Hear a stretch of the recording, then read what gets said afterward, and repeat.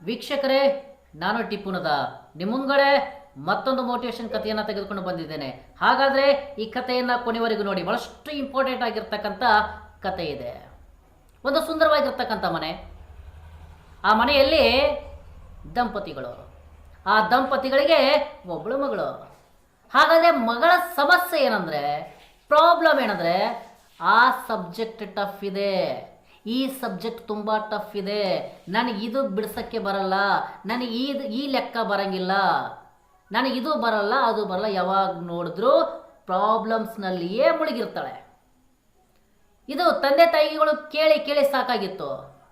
ಆವಾಗ ಅವಳ ತಂದೆ ಆ ಮಗಳ ಕೈ ಹಿಡಿದು ಸೀದಾ ಕಿಚನ್ ರೂಮ್ನಲ್ಲಿ ಒಯ್ತಾರೆ. ಹಾಗಾದರೆ ಕಿಚನ್ ರೂಮ್ನಲ್ಲಿ 3 ಗ್ಯಾಸ್ಗಳನ್ನು, ಅಂದರೆ 3 ಒಲೆಗಳನ್ನು ಆನ್ ಮಾಡ್ತಾರೆ. ಆ 3 ಒಲೆಗಳ ಮೇಲೆ ಒಂದೊಂದು ಬೌಲ್ಗಳನ್ನು, ಒಂದೊಂದು ಪಾತ್ರೆಗಳನ್ನು ಇಡ್ತಾರೆ. ಒಂದರಲ್ಲಿ ಬಟಾಟಿಯನ್ನು, ಆಲೂವನ್ನು ಹಾಕ್ತಾರೆ. ಇನ್ನೊಂದರಲ್ಲಿ ಮೊಟ್ಟೆಯನ್ನು ಹಾಕ್ತಾರೆ. ಇನ್ನೊಂದರಲ್ಲಿ ಕಾಫಿ ಬೀಜಗಳನ್ನು ಹಾಕ್ತಾರೆ. ವೀಕ್ಷಕರೇ, 3ರಲ್ಲಿ ಒಂದೊಂದು ಪದಾರ್ಥಗಳನ್ನು ಹಾಕಿರ್ತಾರೆ. ಮಗಳು ಇದೆಲ್ಲವನ್ನು ಗಮನಿಸ್ತಾ ಇದ್ದಾರೆ. ಅಯ್ಯೋ, ನನ್ನ ತಂದೆ ಹೀಗೆ ಮಾಡ್ತಾ ಇದ್ದಾರೆ ಅಂತ. ಮಗಳಿಗೆ ಗಮನಿಸಲು ಹೇಳ್ತಾರೆ ತಂದೆ. 5 ನಿಮಿಷ, 10 ನಿಮಿಷ, 15 ನಿಮಿಷ ಹೀಗೆ ಸಮಯ ಸಾಗ್ತಾ ಇರುತ್ತದೆ. ಅವಾಗ ಮಗಳನ್ನ ಹತ್ತಿರ ಕರೀತಾರೆ ಆ ತಂದೆ. ಅವಾಗ ಆ ಎಲ್ಲವನ್ನ ಟೆಸ್ಟ್ ಮಾಡಲು ಹೇಳ್ತಾರೆ. ಆಲೂಗಡ್ಡೆಯನ್ನು ನೋಡಿ ಕೇಳ್ತಾರೆ.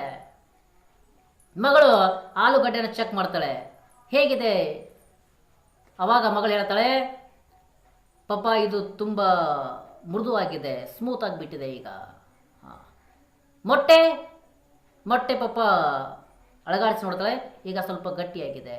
ಇನ್ನು ಕಾಫಿ ಬೀಜಗಳು ಕಾಣಿಸ್ತಾ ಇಲ್ಲ. ಹಾಗಾದರೆ ಮೊದಲಿದ್ದ ರೂಪ ಹೇಗಿತ್ತು? ಈ 3ರ ರೂಪ ಮೊದಲಿಗೆ ಹೇಗಿತ್ತು? ಆಲೂಗಡ್ಡೆ ಸಂಪೂರ್ಣವಾಗಿ ಗಟ್ಟಿಯಾಗಿತ್ತು. ನೀರಂತಕ್ಕಂಥ ಪ್ರಾಬ್ಲಮ್ ಬಂದೊಳಗ ಅದು ಬೆಂದು ಹೋಯಿತು. ಸಮಸ್ಯೆ ಬಂದಾಗ ಅದು ಬೆಂದು ಹೋಯಿತು.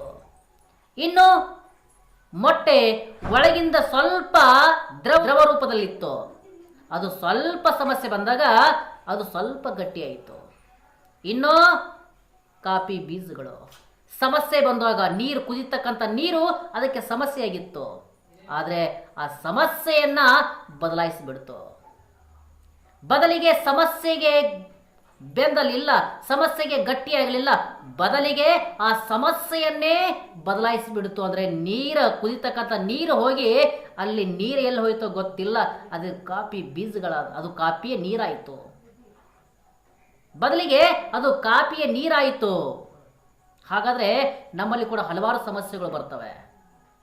ನಾವು ಏನಾಗ್ತೇವೆ, ಸಮಸ್ಯೆಗೆ ಸಿಲುಕಿ ಬೆಂದು ಹೋಗ್ತೀವಿ, ಇಲ್ಲ ಸಮಸ್ಯೆಗೆ ಸ್ವಲ್ಪ ಗಟ್ಟಿ ಆಗ್ತೀವಿ.